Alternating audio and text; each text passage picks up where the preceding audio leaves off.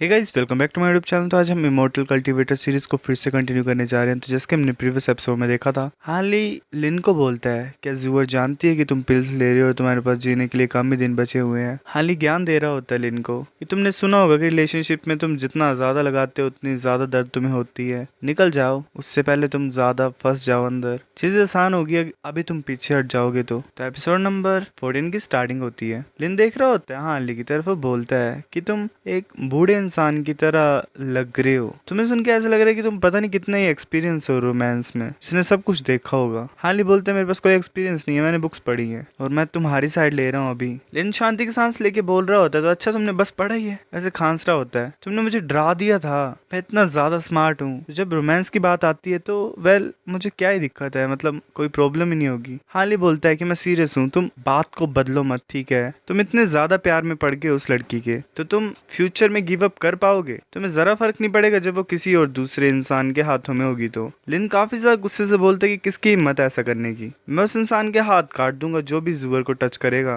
मेरे को फर्क नहीं पड़ता जब मैं मर जाऊं, तब जो मर्जी हो, बट जब तक मैं जिंदा हूँ जूअर मेरी और मेरी रहेगी। वो काफी ज्यादा प्राउड होता है। हाँ, ले चुप होता है, वो कुछ समझ नहीं पा रहा होता है कि ये कर क्या रहा है एक्चुअल में। लिन बोल रहा होता है कि तुम बताओ, मैं कूल था है ना? तुम सोच रहे होगे कि मैं कितना ज्यादा कमाल का हूँ, इसीलिए तुम कुछ बोल नहीं रहे हो। मैं हीरो जैसा लग रहा हूँ ना तुम्हें? हार्ली गुस्से से बोलता है हीरो नहीं, तुम बेवकूफ लग रहे हो। लिन ऐसे अपनी खुशी में होता है और बेवकूफों की तरह हंस रहा होता है। हार्ली बोलता है मैंने तुम्हें पहले वार्निंग दे दी है, तो अब जो तुम्हारी करंट सिचुएशन है उसके लिए तुम्हें सच सच बोलना पड़ेगा। मैं तुमसे दोबारा पूछता हूँ, अगर तुम चाहते हो तो मैं तुम्हारी हेल्प कर सकता हूँ। तुम काफी ज्यादा साल जी सकते हो उस तरीके से और अपना टाइम भी स्पेंड कर सकते हो मिस जांग के साथ। लिन गुस्से से बोलता है कि अगर मैं अपने मार्शल आर्ट्स को गिव अप करूँ तो। वो काफी ज्यादा गुस्सा होता है और हार्ली की तरफ देख रहा होता है। काफी ज्यादा सन्नाटा मचा होता है उन दोनों के बीच में, कोई नहीं बोल रहा होता। फिर लिन बोलता है हार्ली तुम काफी अच्छे से जानते हो कि ऐसा हो ही नहीं सकता है कि मैं अपने मार्शल आर्ट्स को गिव अप कर दूं। मैं नहीं छोड़ सकता मार्शल आर्ट्स को। मुझे पता है तुम मेरे फायदे के लिए बोल रहे हो, पर इस चीज को कभी भी मेंशन मत करना दोबारा, ठीक है? और ऊपर से बात यह है कि अगर मैं नॉर्मल इंसान बन जाऊंगा तो तुम्हें लगता है कि वो फिर भी मुझसे प्यार करेगी? फिर चुप हो जाते हैं वो दोनों। हार्ली बोलता है ठीक है ठीक है, अगर तुमने अपना डिसीजन ले ही लिया तो मैं तुम्हें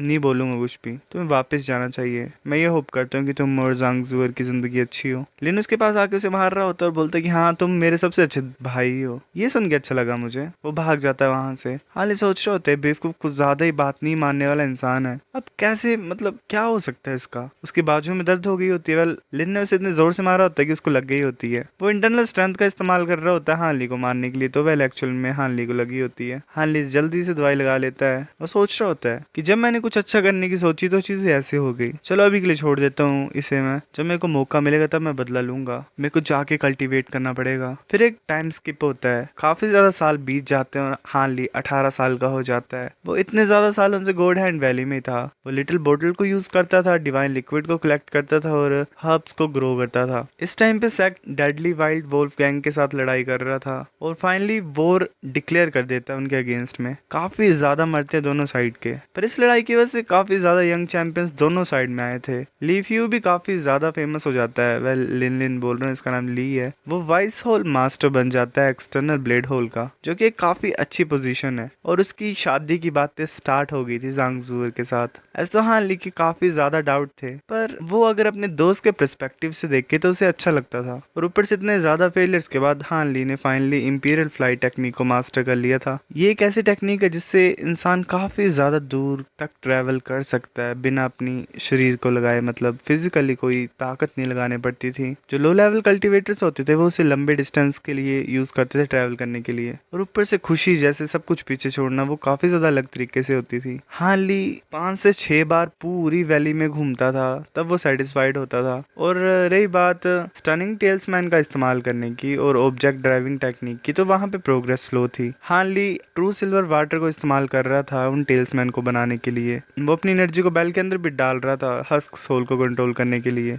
अच्छे से वो कर नहीं पा रहा होता है। हान ली सोच रहा होता है कि वो कुछ इंपॉर्टेंट चीजें मिस कर रहा है, इसीलिए उसने अपनी अभी की स्किल्स को कंबाइन करने की सोची बाकी एबिलिटीज के साथ। काफी ज्यादा मुश्किलें उसने पार की थी। उसने इंपीरियल फ्लाइट और शिफ्टिंग स्मोक स्टेप्स को मिक्स कर दिया। अब वो काफी ज्यादा फास्ट तरीके से मूव कर पा रहा था, सिर्फ ब्लर ही दिखता था जब वो जाता था यहाँ वहाँ। और रही बात उसकी फायरबॉल टेक्निक की, तो वो अब उसे काफी ज्यादा फास्ट तरीके से इस्तेमाल कर पा रहा था। ये ऐसी ताकत थी, तो हान ली को ये फीलिंग आई कि उसकी जो जर्नी है एंटीडोट को ढूंढने की, वो अच्छी होगी और शांत होगी। जैसे हान ली की की कल्टीवेशन रिजल्ट दिखा रही थी, तो जो वाइल्ड वोल्फ गैंग थी उन्होंने शांति की बात कर दी। डिस्कशन के बाद चीजें सोल्व हो गई। खुद की सेफ्टी के लिए 7 प्रोफाउंड गेट सेक्ट ने भी काफी ज्यादा केयरफुल अरेंजमेंट्स किए थे। दोनों साइड्स ने नेगोशिएशन की बात करने के लिए एक जगह डिसाइड की थी जो कि फॉलिंग सैंड क्लिफ थी। उनकी जो पार्टी थी उसे वाइट सेक्ट लीडर वू चला रहा था, मतलब वो ला रहा था, जो कि सेकंड स्ट्रॉन्गेस्ट है उनकी गैंग में। और बाकी जो मेंबर्स थे वो भी हाई रैंक के थे,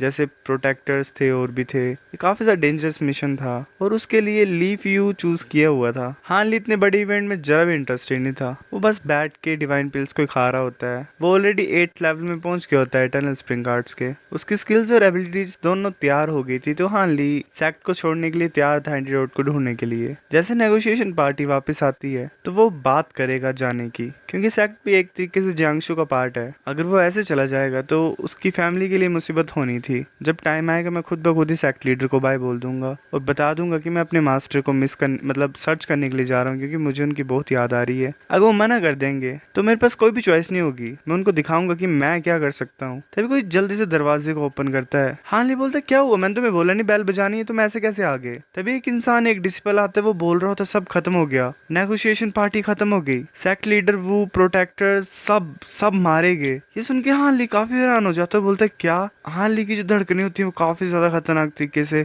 बढ़ रही होती है, वो इंसान वहीं पे बेहोश हो जाता है। हान ली जल्दी से बाहर जाता है तो वो देखता है कि जो पूरा का पूरा सेक्ट होता है वो डिस्ट्रॉय हो रहा होता है, हर जगह आग लगी होती है। वो बोलता है क्या सेक्ट अंडर अटैक है। हान ली बोलते है कि ली क्या वाइल्ड वोल्फ गैंग ने अटैक किया है। शुक्र है ली बच गया होता है, वो हान ली के पीछे होता है। वो बोल रहा होता है कि हाँ मैंने एक्सपेक्ट नहीं किया था कि वो ऐसा प्लान करेंगे। उन्होंने ऑलमोस्ट सभी को खत्म कर दिया नेगोशिएशन पार्टी में, और जो बचे हुए थे उनको माउंटेन्स के पास आके उनका पीछा किया। उन्हें शायद एक इंसान रखा हुआ था अंदर और वो सारे प्लान्स का पता लगा लेते थे। हान ली पूछता कि कितने ज्यादा मारे गए, ऐसे कैसे हो सकता है, इतने एक्सपर्ट्स थे, वो मरे कैसे। ली बोलता है कि उन्होंने काफी बड़े नंबर की मिलिट्री का इस्तेमाल किया, उन्होंने क्रॉस बोज यूज किए थे नेगोशिएशन साइड पे, हर तरफ से अटैक किया उन्होंने, काफी ज्यादा इंजर्ड हो गए। हम बच के भाग तो गए पर काफी ज्यादा हमारी फोर्सेस खत्म हो गई थी। वाइस सेक्ट लीडर वो और बाकी एक्सपर्ट्स भी मारे गए, मैं इसलिए बच पाया क्योंकि मैं उनका टारगेट नहीं था। अब हम क्या करें। हान ली बोलता है कि हमारे पास कितने लोग हैं। ली बोल रहा होता है कि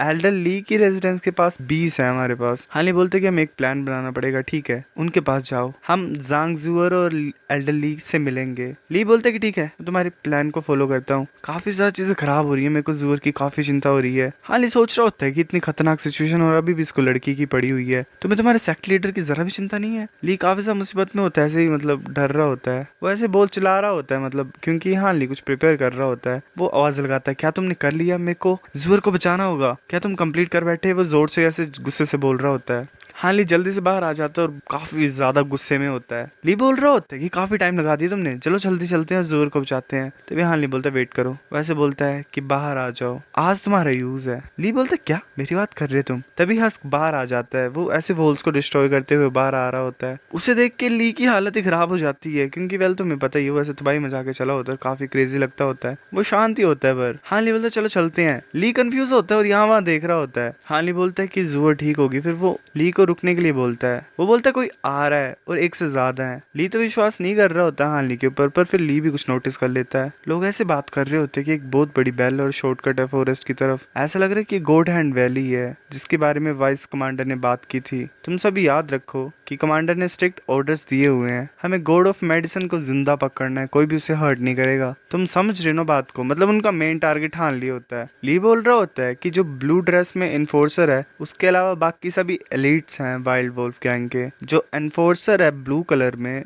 ब्लू ड्रेस में, वो हमारे प्रोटेक्टर्स के इक्वलेंट है ताकत के मामले में, और उनके जो एलिट्स हैं वो इनर डिसिपल के बराबर हैं। ली बोल रहा होता है कि जैसे मेरी करंट हालत है मैं अभी इन्फोर्सर के अगेंस्ट में लड़ाई कर सकता हूँ, पर इतने ज्यादा हैं तो मैं डेफिनेटली कुछ नहीं कर पाऊंगा, वो जल्दी हमें ढूंढ लेंगे, हम लड़ने से बचना है। हाँ ली बिल्कुल शांत होता है और बोलता है शांत होके कि सभी को मार दो, सिर्फ उस इंसान को छोड़ देना जिसने ब्लू कलर की ड्रेस डाली है। इस उनके ली बोलता क्या क्या क्या बकवास कर रहे हो तुम, हस्क जल्दी से जाता है और उन लोगों के ऊपर हमला कर देता है। वैसे अपने हाथों से ही लोगों को फाड़ दे रहा होता है, एक की तो गर्दन ही काट देता है। वो सभी लोगों को मसल देता है अपनी ताकत से, जिंदा ही कुचल देता है। लोग भाग रहे होते हैं और बोलते हैं कि ये कैसा मॉन्स्टर है। वो जरा भी बच नहीं पाते हैं। ली ऐसे ही शांति से खड़ा होता है, वो सिचुएशन को समझ नहीं पा रहा होता। फिर कुछ ही देर में सन्नाटा मच जाता है। हस्क सभी लोगों को मार के उस ब्लू वाले इंसान को ले आता है वहां पे और पटक देता है। ली की हालत खराब हुई पड़ी होती है, वो मतलब ऐसे ही अटैक स्टैंस में होता है, पर हस्क उसके पीछे आके शांति से खड़ा हो जाता है। सो गाइस, ये एपिसोड इतना था। अब नेक्स्ट लाता हूँ मैं कुछ दिनों में, तब तक के लिए अप्लाई कर दो इस वीडियो पे। मिलते हैं आपसे, बाय।